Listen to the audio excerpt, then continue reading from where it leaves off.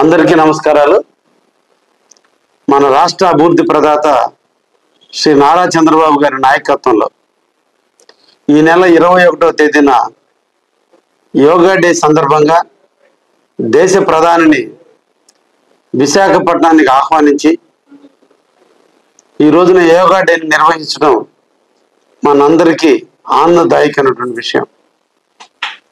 యోగాని ప్రపంచ దినోత్సవంగా జరుపుతున్నటువంటి వేళ మన ఇండియాలో పుట్టినటువంటి ప్రక్రియ యోగా శారీరక దృఢత్వం, మానసిక వికాసం, శరీర పరిపుష్టిత, మానసిక ఒత్తిడి నుంచి త్వరితగతిన బయటపడేదానికి యోగా ఒక గొప్ప విద్య.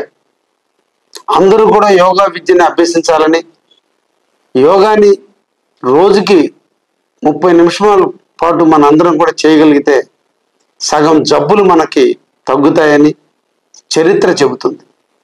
అందుకనే మన రాష్ట్ర ముఖ్యమంత్రి వర్యులు ఈరోజు యోగాని ప్రతిష్టాత్మకంగా తీసుకొని ప్రతి ఇంటింట యోగా అనేది నిర్వహించాలి, ప్రజలు ప్రశాంతంగా జీవించాలి, ఆరోగ్యవంతులుగా జీవించాలి, మానసిక ఒత్తిడికి లోను కాకుండా సుఖంగా జీవించటం కొరకు ఈరోజు మందుల కంటే, అన్ని రకాల వైద్యాల కంటే ఈరోజు యోగానే ఒక వైద్యంగా పరిణమిస్తున్న వేళ మనందరం యోగా చేద్దాం.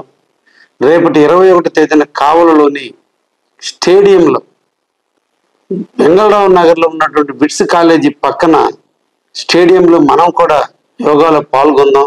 అందరం కలిసి ఆరోగ్యమైనటువంటి సమాజాన్ని తీసుకురావడంలో మన వంతు మన అందరం కూడా కృషి చేద్దామని, రేపటి యోగాలో ఉదయం 7 గంటలకు ప్రారంభమవుతుంది.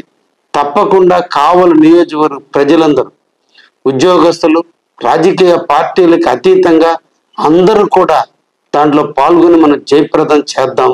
ఆరోగ్యమైన సమాజానికి మన అందరం నాంది పలకదామని సందర్భంగా మిమ్మల్ని అందరినీ కోరుకుంటున్నాం.